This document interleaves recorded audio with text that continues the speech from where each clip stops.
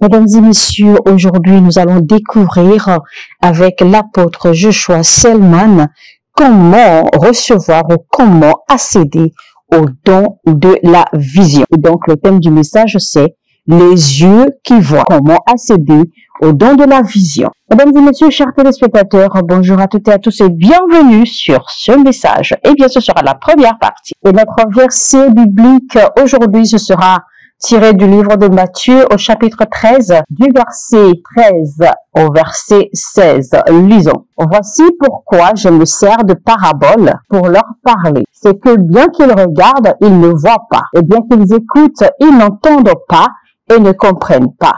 Pour eux s'accomplit cette prophétie d'Ésaïe. Vous aurez beau entendre, vous ne comprendrez pas. Vous aurez beau voir de vos propres yeux, vous ne saisirez pas, car le cœur de ce peuple est devenu insensible. Ils ont fait la sourde oreille et ils se sont bouchés les yeux, de peur que leurs yeux ne voient et que leurs oreilles n'entendent, de peur que leur cœur ne comprenne, qu'ils ne se tournent vers moi et que je les guérisse. Vous, au contraire, vous êtes heureux, vos yeux voient et vos oreilles entendent. Alléluia. Chers amis, il est important pour les saints de Dieu de comprendre comment entrer dans la gloire de Dieu qu'il a réservée pour nous. Alors, j'ai pris mon temps personnellement pour étudier le livre de Corinthiens, 1 Corinthiens, chapitre 2, verset 6, à travers lequel la Bible nous enseigne en fait que nous exprimons la sagesse de Dieu et que la vie de tout chrétien, la vie de tout croyant est supposée démontrer ou révéler la sagesse et la gloire de Dieu. Il est donc important que le croyant comprenne comment entrer, d'accord, ou comment connecter cette grâce pour pouvoir en fait jouir et révéler la gloire de Dieu. Ou alors pour pouvoir nous connecter, d'accord, et recevoir la sagesse de Dieu qui a été prévue pour nous. Lisons à présent 1 Corinthiens chapitre 2, du verset 6 jusqu'au verset 10. Cependant, nous aussi, nous enseignons une sagesse aux chrétiens spirituellement adultes. Il ne s'agit pas, bien entendu, de ce qu'on appelle sagesse dans ce monde, ni de la sagesse des grands de ce monde, qui sont destinés à disparaître. Non, nous exposons la sagesse de Dieu secrète jusqu'à présent et qui demeure cachée au monde. Dieu l'avait préparée avant le commencement du monde en vue de notre gloire. Cette sagesse-là, les grands de ce monde ne la connaissent pas, car s'ils l'avaient connue, ils n'auraient pas crucifié le Seigneur glorieux. Mais, comme le dit l'Écriture, il s'agit de ce que l'œil n'a pas vu et que l'oreille n'a pas entendu, ce que l'esprit humain n'a jamais soupçonné, mais que Dieu tient en réserve pour ceux qui l'aiment. Or, Dieu nous l'a révélé par son esprit. L'esprit, en effet, scrute tout, même les pensées les plus intimes de Dieu. Alors la Bible nous fait comprendre clairement à travers ce verset que nous avons plus de chances que nous sommes prédestinés en fait à recevoir la manifestation de ces choses-là, bien que nos yeux n'aient pas vu, bien que nos oreilles n'aient pas encore entendu. Eh bien parce que oui, Dieu nous l'a révélé par son esprit, et l'esprit en effet qui scrute tout, même les pensées les plus intimes de Dieu. Quel être humain peut savoir ce qui se passe dans un autre homme? Seul l'esprit de cet homme en lui le sait. De même, nul ne peut connaître ce qui est en Dieu si ce n'est l'esprit de Dieu. Or, nous avons reçu non l'esprit du monde, mais l'esprit même qui vient de Dieu, pour que nous comprenions tous les bienfaits que Dieu nous a accordés par sa grâce. Donc, la Bible nous fait comprendre alors que les saints ont été préparés pour avoir et vivre une vie glorieuse, une vie de grâce, une vie de faveur. Dieu nous a donné le privilège le plus haut, le plus grand privilège en tant que chrétien de jouir d'une vie glorieuse, d'une vie de grâce. Et donc, de ce fait, notre vie de chrétien est supposée ou alors a été prédestinée à révéler la gloire, la sagesse de Dieu. Beaucoup de chrétiens, malheureusement, ne savent pas comment se connecter à la sagesse de Dieu afin de pouvoir manifester cette gloire, cette grâce, cette excellence de Dieu à travers leur vie. Et donc, l'enseignement de ce jour, d'accord, en fait, va consister à nous aider à découvrir comment développer notre capacité ou l'habilité à avoir accès au don de la vision. De tous les miracles que Jésus-Christ a opérés dans la Bible, eh bien, nous avons vu plusieurs fois que Jésus-Christ a guéri des aveugles.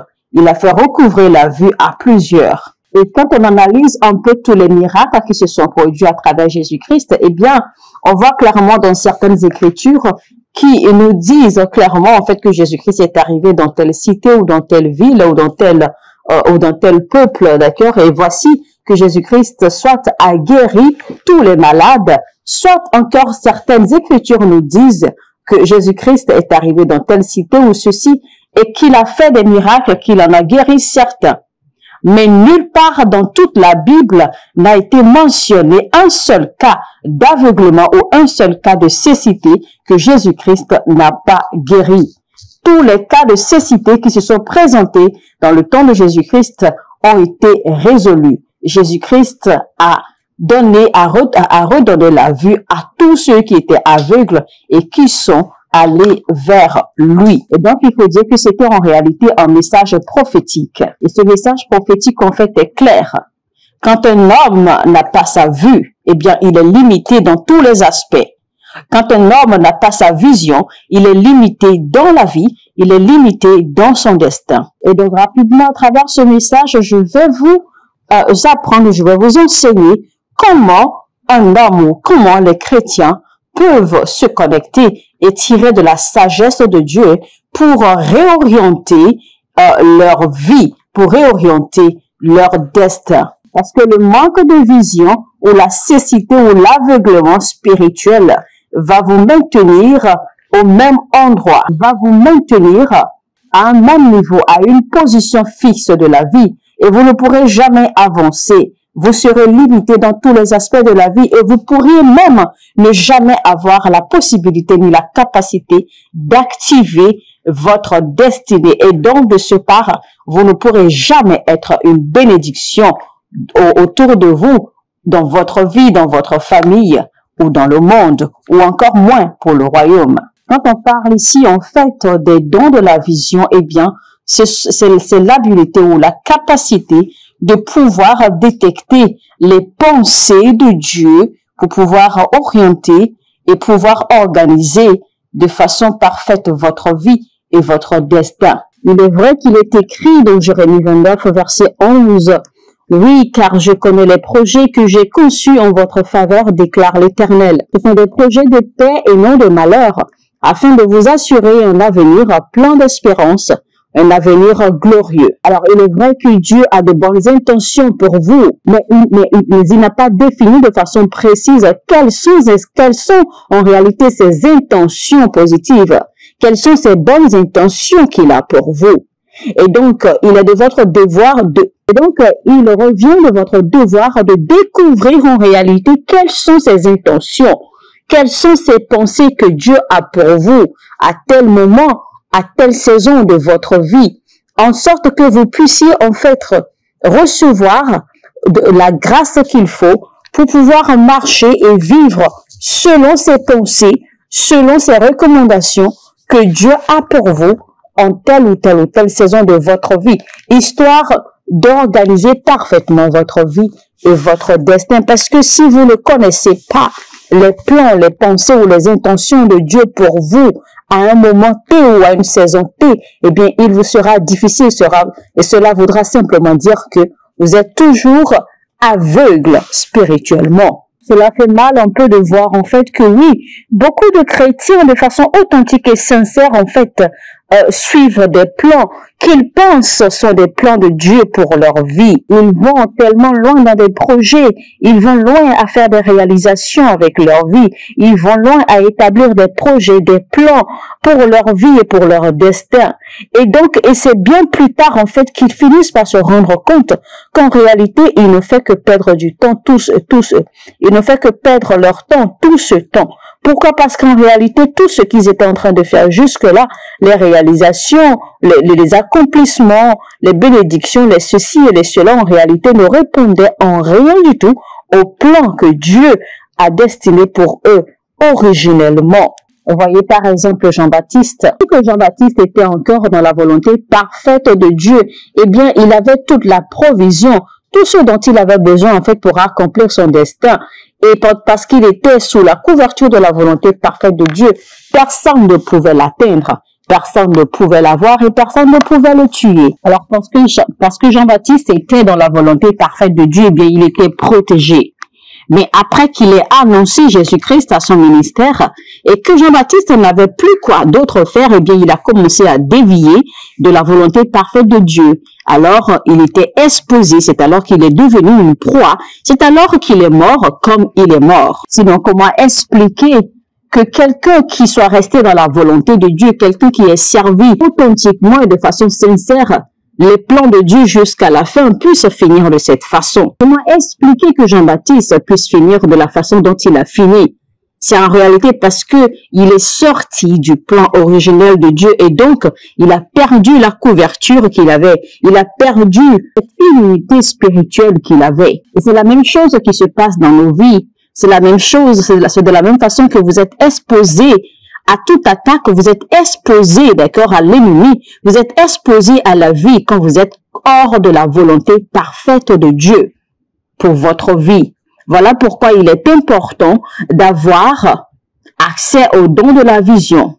Voilà pourquoi il est important d'avoir les yeux qui voient afin de connaître ou alors afin de découvrir et connaître les plans, les intentions de Dieu pour vous.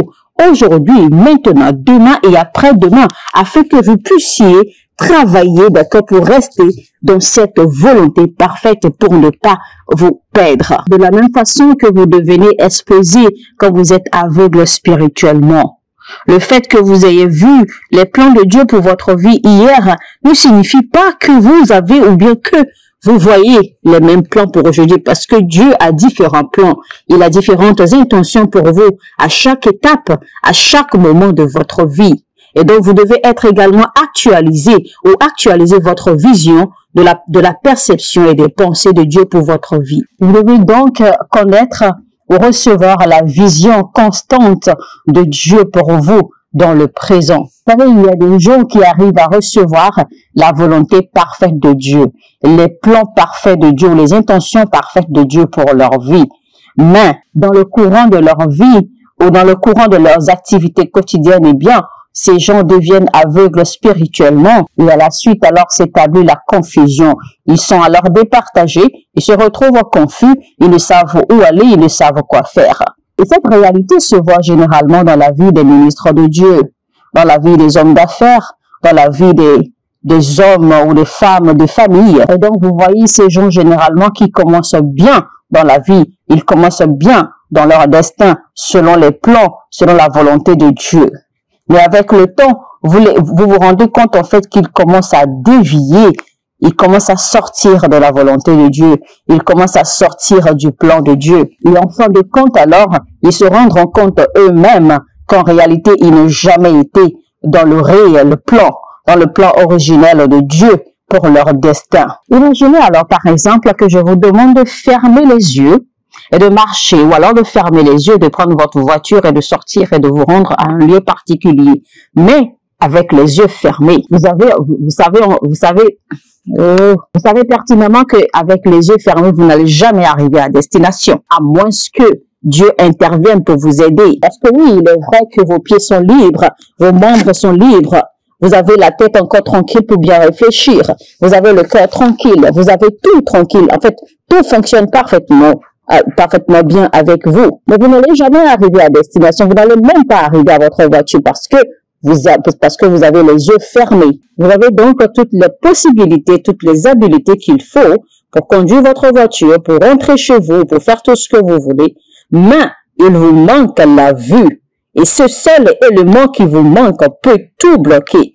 Ce seul élément qui vous manque, qui est la vue, peut tout handicaper. Mais ce que nous ne comprenons pas généralement, c'est que ce manque de vision, alors à ce moment-là, en fait, ne va pas vous arrêter parce que Vous allez chercher en fait à marcher puisque vos membres fonctionnent parfaitement bien. Vous allez chercher à tâtonner, ayant les yeux fermés. Vous allez chercher, d'accord, à vous déplacer, à faire ceci ou à faire cela. Mais vous avez les yeux fermés. Et donc, en réalité, les yeux fermés ou la cécité ne vous empêchera pas de bouger, ne vous empêchera pas d'avancer, mais va vous confondre. Vous allez être confus parce que vous ne saurez quelle direction prendre. Vous serez confus parce que vous ne voyez pas, donc vous ne saurez pas exactement ce que vous faites. Vous ne saurez pas exactement ce que vous mettez dans quoi où est-ce que vous mettez les pas. Et donc, vous serez alors confus et vous serez confus. Vous allez dérailler, vous allez dévier de votre objectif originel. Alors, un autre exemple, par exemple, supposons que vous avez la vue, vous voyez parfaitement bien, vous savez où vous voulez aller, vous connaissez votre objectif, vous connaissez votre but, mais vos pieds sont liés, vos mains sont liées, et donc vous voyez clairement, mais vous n'avez pas la capacité ou l'habilité de faire un pas. Maintenant, nous entrons alors dans la possibilité où vos membres sont en parfait état, où votre intelligence ou votre mental est en parfait état, où tout ce qui concerne votre système est en parfait état. Vous avez des plans, vous avez des objectifs, vous avez des buts à atteindre, mais vous êtes aveugle, vous n'avez pas de vision. Votre vie devient un risque. Vos mouvements ne seront pas limités, mais la possibilité d'atteindre votre objectif sera handicapé, parce qu'une vie sans vision, c'est une vie risquée. Parce que sans la vision, vous risquez de tomber dans des trous, vous risquez de tomber dans des puits. Il y a des gens qui commencent très bien dans la volonté parfaite de Dieu, mais qui finissent mal. En fait, il y a également des gens qui commencent depuis même le premier jour de leur salut, depuis le premier jour de leur transformation spirituelle, jusqu'au dernier jour, en fait, ils pensent qu'ils sont en train d'aller dans la volonté parfaite de Dieu, alors que toute leur vie, ils ont vécu, d'accord, dans des erreurs, ils ont vécu dans des plans qui n'ont absolument rien à voir avec le plan originel de Dieu pour leur vie. Et alors, en fin de compte, ils se rendent compte qu'ils ont passé toute leur vie qu'à perdre leur temps et qu'ils n'ont jamais, ou alors que tout ce qu'ils ont bâti, tout ce qu'ils ont eu, tout ce qu'ils ont construit, en fait, tout ce qu'ils ont accompli n'a jamais répondu au plan originel de Dieu pour leur vie. Mais à travers ce message, je prie pour vous qui écoutez ce message maintenant. Partout vous avez dévié du plan originel de Dieu pour votre destin. Partout vous êtes dans une direction pensant que c'est la direction normale ou pensant que c'est la volonté de Dieu pour votre vie. Je déclare qu'à la fin des 3 parties de ce message, quand vous aurez écouté ce message ou suivi ce message avec consistance, je déclare que vous découvrirez, vous aurez la vision claire ou la connaissance claire de ce qui est en train de vous conduire, soit si vous êtes dans la volonté parfaite de Dieu ou si vous êtes en train de suivre vos propres plans. Et donc, cela vous permettra alors de rediriger vos pas afin que vous puissiez entrer dans la volonté parfaite de Dieu à cause de la gloire qui vous attend pour être révélé. Je dois également vous dire que la sincérité dans le service ne suffit pas. La sincérité dans le bâtissement de votre destin ne suffit pas. Vous avez besoin de la vision. Vous avez besoin d'avoir les dons de la vision. Vous avez besoin de la vision des plans originels, des intentions et des pensées originelles de Dieu pour votre vie de façon constante à chaque étape et à chaque aspect de votre vie. Vous avez donc besoin des dons de vision. Mesdames et messieurs, c'était donc l'apôtre Joshua Selman dans le message « Les yeux qui voient ». Comment accéder aux dons de la vision, première partie. Mesdames et messieurs, sur ce, je vous dis que Dieu vous bénisse. Rendez-vous sur la deuxième partie de ce message demain, même chaîne, même heure. Soyez bénis.